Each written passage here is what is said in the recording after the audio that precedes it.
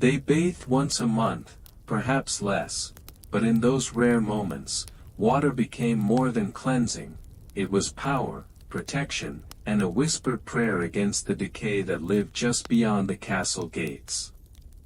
Chapter number 1. The Ritual of Smoke and Vinegar. A bitter wind curled through the bones of the village like a ghost too tired to leave. It whispered through the broken shutters and rattled the frostbitten branches of trees that had long forgotten spring. Beneath a sky smeared with soot-gray clouds, a woman knelt by a stream frozen over with silence. Her breath fogged the air in short, white puffs. One hand, red and raw with cracks, clutched a wooden bowl worn smooth by years of use, her only heirloom. With the other, she struck the ice with a stone until it gave way, brittle and sharp like everything else that winter had touched. Muddy water seeped through, laced with ash and the memory of dead leaves. She scooped it reverently, as if gathering holy water. This was her bath. Not out of choice, but ritual. Not for comfort, but for survival. She rose, joints aching, and wrapped her shawl tighter. Behind her, the toll of a bell rolled across the hills, deep, slow, funereal. It was not a call to prayer. It was a count. Another body gone cold. Another door closed forever. Her boots dragged through the frozen earth, past homes that barely stood, their doors marked with bundles of dried herbs and chalk sigils, poor man's protection. At the market, where once pigs squealed and coins clinked, now blood from yesterday's slaughter stiffened in the cracks between cobblestones. No one scraped it clean anymore. The butcher's hands were too full with the living to mind the dead. Inside her home, if one could still call it that, the thatch roof sagged low, heavy with frost. The fire crackled, but only faintly. She placed the bowl on a wooden table that leaned to one side and reached for her jar of vinegar and a bundle of thyme from last week's tallow boil. And still, beneath it all, the skin resists purity. The body clings to filth like memory clings to flesh. He pours vinegar over his feet. The sting reminds him that he still feels, and feeling is not always holy. Drying with straw, he shakes. Not from cold. From memory. Once, before the vows, a woman had bathed him in river water, laughing, touching his chest with warm fingers. Her hair smelled of thyme. Her eyes didn't fear him. He had not thought of her in 20 years. He does not want to now. But the body remembers. The soul must forget. He dresses again, rope belt, scratchy linen, humility. His scalp, half-shaved, still bears the sting of the blade. They shave weekly, not for beauty, but for lice and order. Plague months require vinegar cloths tied to mouths. Death walks in breath. God hides in silence. That is how they live. In the scriptorium, Brother Anselm returns to his desk. Ink freezes in its well. Parchment curls at the edges like petals dying in reverse. He dips the quill. He writes in Latin. He writes in silence. The walls are lined with crucifixes, chipped, splintering, bleeding from painted eyes. Even icons decay. Even holiness molds in the corners. A younger monk passes. He has not bathed in weeks. His skin is pocked with fear. The cold hurts. The cold reminds him of something he cannot say aloud. No one asks. No one judges. They all carry a secret filth. Some beneath their nails. Some behind their eyes. In this cloister, to be clean is not to be unsoiled. To be clean is to admit how dirty the world has made you, and still press onward.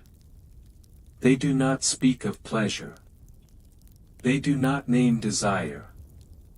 But in the quiet, when the ink dries and the candles fail, they feel the echo of things left behind, a warm bed, a soft voice, the touch of another's hand not in discipline, finishes his page. The calligraphy flows like a prayer. Outside, the wind rises, hissing against the stained glass. He hears the wind, but he does not look up. He knows what it means. The season is turning. With it, the rot will bloom. Flies. Fever. Sin. He murmurs, "Lord, scour me with hyssop, and I shall be clean." But even as the words leave him, he knows the truth. Cleanliness was never the goal. It is only the gate. A threshold of cold stone and bruised skin. Through it, one must stumble, half blind, bleeding from memory, toward a light that may never warm them. And somewhere beyond the monastery walls, a nobleman prepares to bathe in rose water, while a peasant child scrubs filth with snow. The next chapter begins not with water, but with fire, and the scent of something unholy on royal hands. Chapter number 4. Cleanliness of the soul.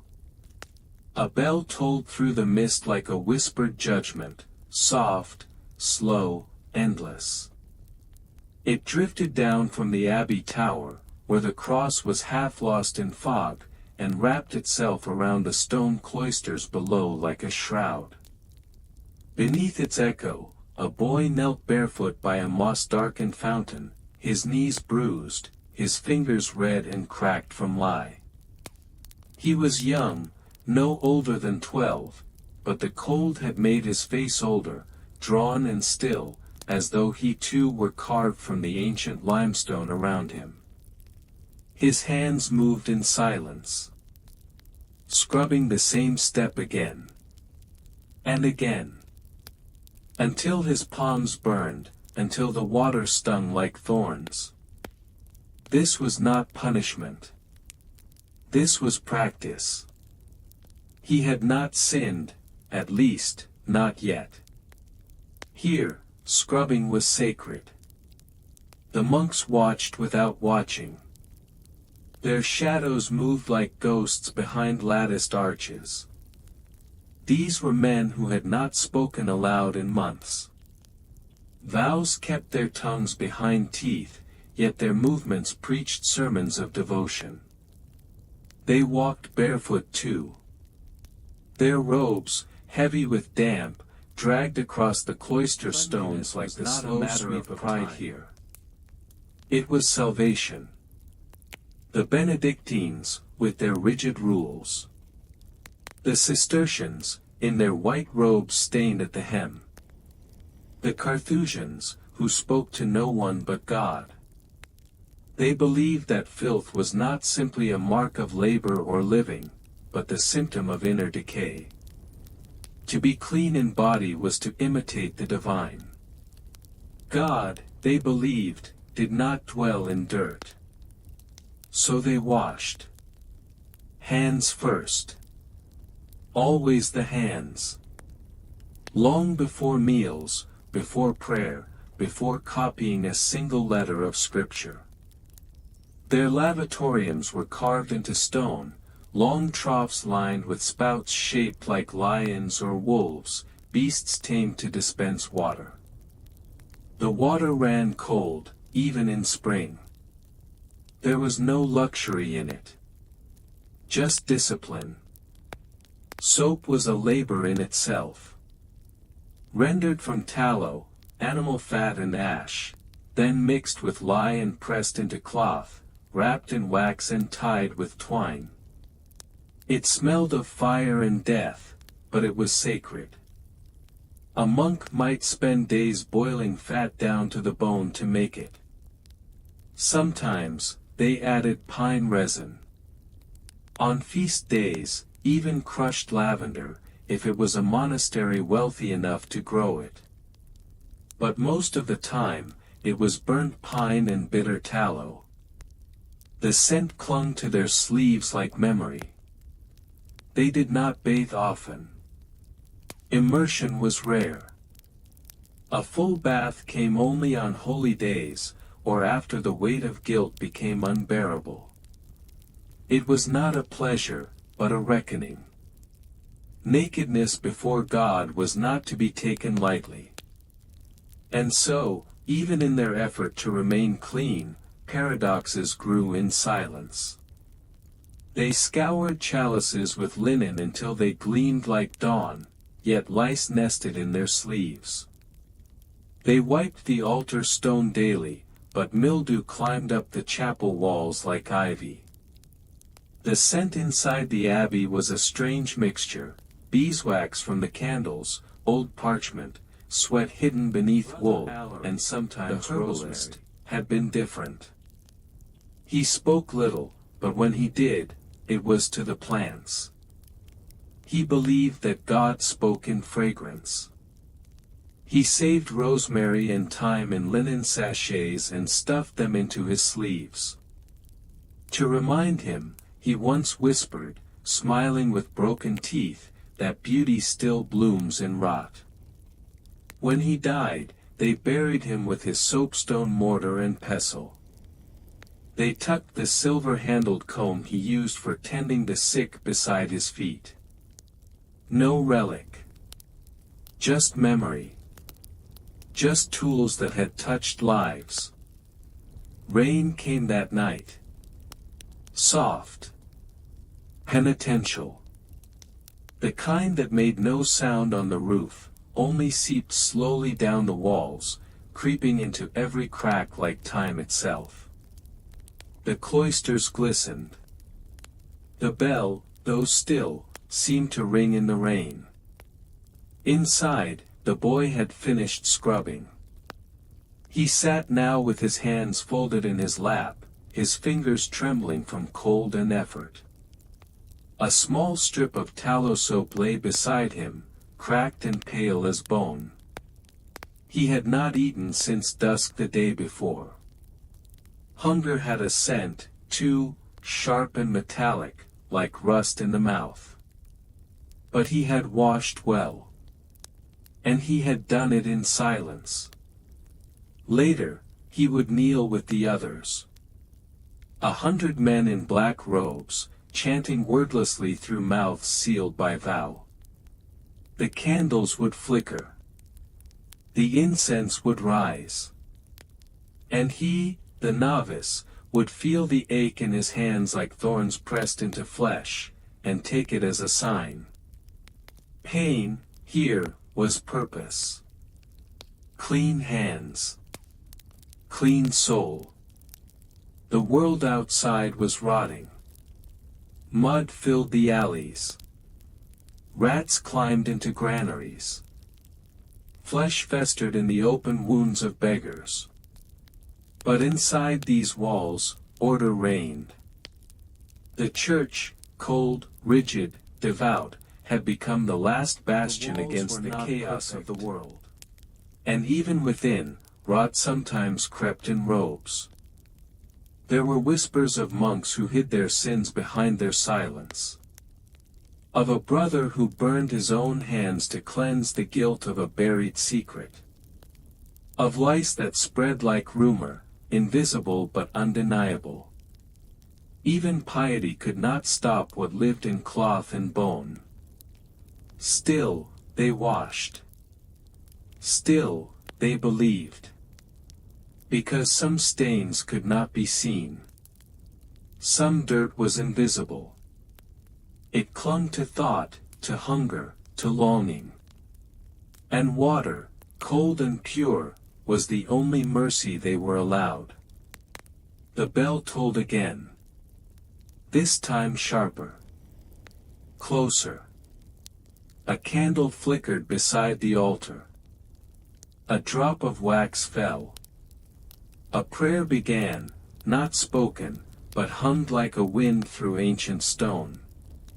Tomorrow, the novice would scrub again. And again. Until the lye burned holes in his knuckles and the frost turned his breath to mist. Until his bones forgot warmth. Until the silence became his native tongue. And still, the abbey would echo, calling men to cleanse what no water ever truly could. Chapter number 5. The dawn barely pierced the horizon, spilling a timid light over the monastery's ancient walls, where shadows still clung like secrets. Brother Matthias moved quietly through the herb garden, his worn leather sandals pressing into the damp earth. Each step crushed the brittle leaves of mint and lavender, releasing fleeting bursts of fragrance that mingled with the chill morning air. The monastery's bell had yet to toll. Time held its breath here, suspended between night's last sigh and day's uncertain promise.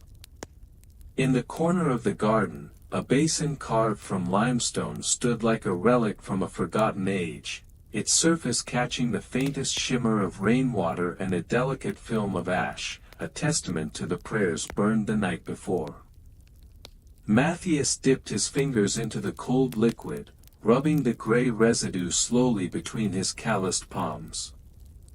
To him, this was no ordinary a sacred water, element distilled from earth and sky, fire and faith. Outside these cloistered walls, the village breathed differently. The peasants bathed in mud-slicked streams, scraped grime with sticks, and washed only what necessity demanded. For them, cleanliness was a scarce luxury, a hope often drowned beneath layers of soot and toil. But here, Matthias's world was a fragile balance between purity and decay. His hands bore the smell of crushed herbs and smoke, yet beneath his nails, the black lines of ink and earth refused to fade, a reminder that even the holiest were tethered to the soil's stubborn grip. His duties extended beyond whispered prayers and candlelight. He brewed bathing infusions for the fevered and frail, mixed vinegar solutions to stave off the relentless lice that tormented novices, and taught the ancient ritual of washing feet, Christ's own act of humility, not as a cure, but as a spiritual cleansing. The monastery was a fragile sanctuary amidst a world ravaged by plague and hunger. Here, cleanliness was not simply a physical act, it was a sacred defense against the creeping rot that gnawed at bodies and souls alike. Dirt on the skin could be tolerated, dirt on the soul was unforgivable. Evening settled softly over the cloister like a slow breath. Flickering candlelight traced trembling shadows across the chapter house floor as Matthias prepared to retire. In the solitude of his cell, he removed his sandals, placing them carefully beside a rough woolen blanket, the threadbare comfort of a life bound to duty. From a cedar chest, he drew a single linen cloth, worn but treasured, his only luxury in a world stripped of indulgence. With reverent care, he wiped the dust from his face, whispering a psalm beneath his breath, the ancient words a fragile shield against the ivy that clung to the stone walls, shaking loose petals that drifted like offerings into the empty courtyard. The scent of lavender lingered faintly in the air, a fragile ember of purity in a world rotting from within. Matthias lay down, the weight of the day pressing against his ribs, yet within that small cell, amidst the shadows and the silence, a quiet truth endured. Purity was not found in marble baths or royal perfumes, but in the humble rituals of care that honored the body as a borrowed relic, fragile, temporary, yet sacred. Tomorrow, the world would continue to crumble outside these walls. The plague would gnaw deeper into flesh and bone. The village would wake to hunger and fear. But here, within the monastery's stone embrace, the flicker of purity remained unextinguished, a small flame against the gathering dark. And so Brother Matthias closed his eyes, the scent of herbs and smoke lingering, a whispered promise that even in decay, the sacred could endure. Chapter number 6. The fragile light of dawn barely kissed the monastery's stone walls, where shadows lingered like silent witnesses to a world teetering between decay and faith. Brother Matthias moved slowly through the dew-soaked herb garden, each step crushing brittle mint leaves and lavender sprigs beneath worn leather soles. The scent rose faintly, a whispered fragrance that mingled with the damp earth and the cold morning air, a fleeting promise of purity amid the rot beyond the cloistered walls. The bell had not yet tolled, and the monastery breathed in a quiet stillness that held the weight of countless prayers. A basin hewn from a single block of limestone caught the scattered light, its surface shimmering with rainwater laced faintly with ash, the residue of candles and incense from long nights of vigil. Matthias dipped his fingers into the cool water, rubbing the ash between calloused palms, tracing its gritty texture as if deciphering an ancient prayer. To him, this was no mere wash, it was God's soap, a sacred mixture born of earth and fire, a ritual of cleansing that transcended the flesh. Outside, in the village, water was a scarce treasure. Children played in mud, women scrubbed with soot and river water thick with sediment. For most, the luxury of sanctified water was a dream wrapped in dust. Yet Matthias's service extended far beyond the quiet moments of ritual. His hands, though fragrant with herbs and smoke, bore the stubborn stains of ink and earth, marks of a life woven between scripture and soil. He prepared healing infusions, mixing pungent vinegar for lice-ridden novices, instructing them in the humble washing of feet, an echo of Christ's own act. This was not hygiene in the modern sense, it was a sacred discipline, a shield against the invisible decay threatening soul and body alike. The plague gnawed relentlessly at the village beyond, turning flesh to rot, hope to ash. Within these stone walls, cleanliness was a fragile defiance, a spiritual armor against despair. Dirt on the skin was endured, dirt on the soul was an unforgivable curse. Each evening, Matthias anointed the dying with rosewater and oil, not to wash away their flesh but to sanctify the passage from this world to the next. The smell of lavender clung softly to his fingers, a reminder that even in a world hollowed by disease and hunger, small flickers of grace the candlelight flickered against the rough timber beams of the chapter house.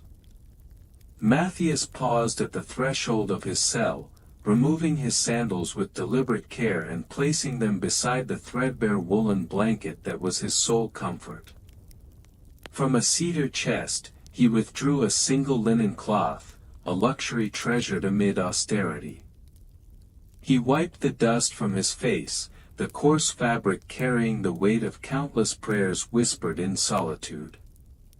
Outside, the wind stirred the creeping vines, dislodging fragile petals that fluttered down like silent offerings to the empty courtyard below.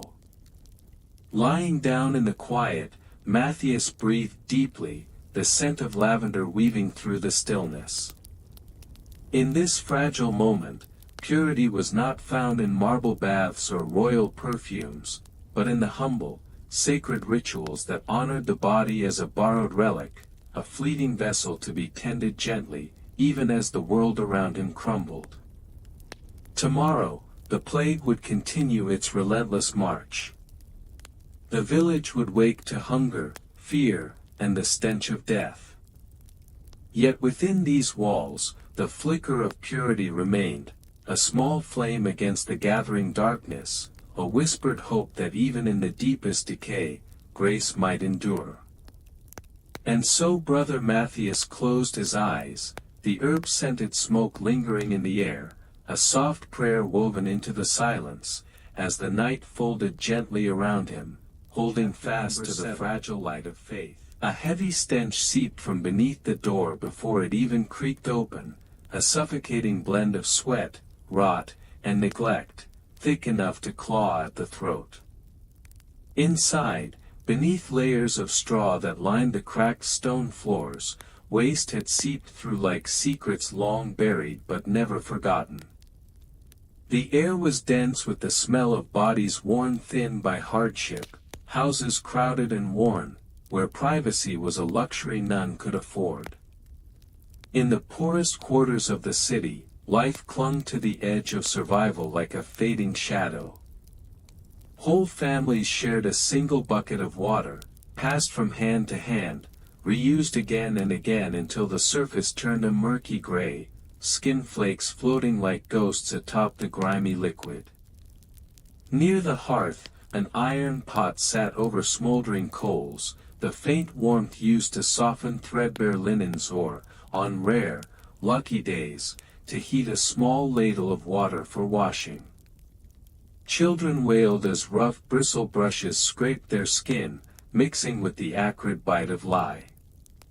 Their cries cut sharp through the stale air, echoing against soot-blackened ceilings where thick layers of grime clung stubbornly like a shroud. Chamber pots overflowed and sloshed down narrow stairwells, carrying filth and despair into the dark underbelly of the city. Soap, if it existed at all, was a miracle wrought from animal fat and wood ash, a hardened wedge more precious than gold to those who could barely afford bread. For most, the idea of cleansing was not comfort but a desperate act, a brief reprieve from the crushing weight of their grime-choked existence. Pride flickered like a stubborn flame. A mother braided her daughter's tangled hair with oil-smoothed fingers, weaving threads of care into the daily struggle. A father stooped to shave with a dull blade, tilting a cracked mirror toward the pale dawn light, each scrape a quiet defiance against time's relentless toll. Before sunrise, water was fetched from the communal well, the chill and hardness of stone clinging to every drop. Washing, even the faintest touch of a cloth on a weary face, became a prayer, a small act of rebellion against invisibility. To stink was inevitable, but to be unseen was unacceptable. Within the cramped tenements, women hung bundles of dried herbs, wormwood, rosemary, and lavender, clutched tightly in cloth sacks, warding off lice and death alike. Young girls slipped sprigs of lavender into their coarse shifts, pretending the faint scent was perfume, a whisper of beauty in a world starved of it. And once a week, if coins could be spared, they made the pilgrimage to the public bathhouse, not a temple of luxury, but a necessary sanctuary. There, steam curled thick as mist through stained glass windows, softening the hardness etched into skin and soul. Inside those warm, crowded rooms, bare bodies stood side by side, stripped of rank and shame. Filth bore no titles.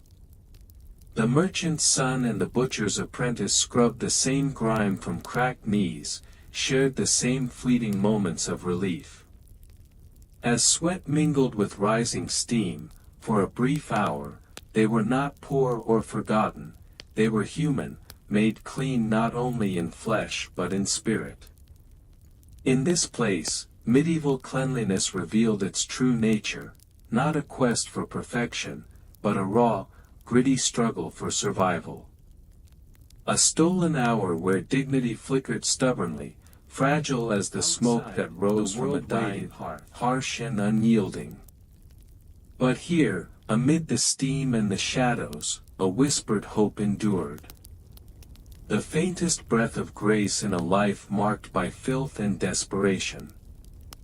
And as the bathhouse doors creaked open again, the night pressed close, carrying with it the promise of another day, another battle to be fought against the creeping darkness.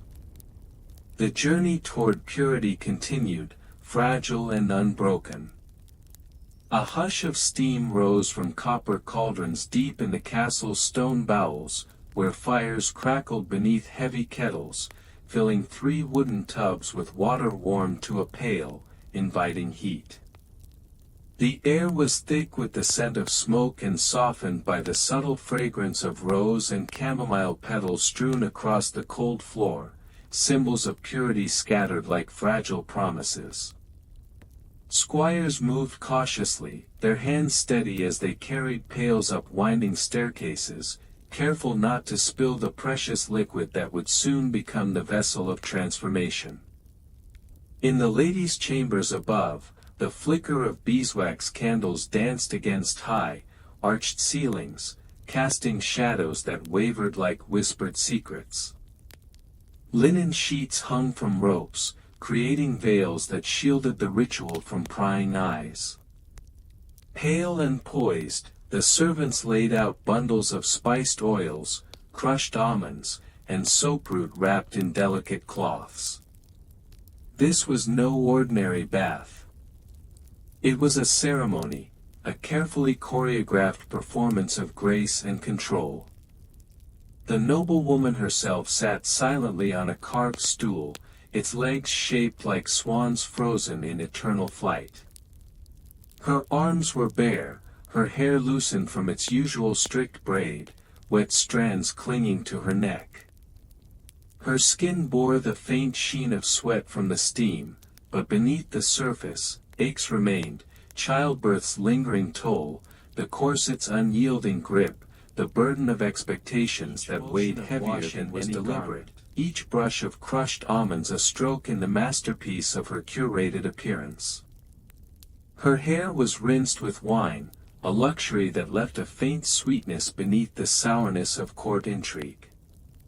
An ivory comb passed slowly through damp strands, while 2 girls fanned her with feathers, their breaths held as though to preserve the fragile illusion.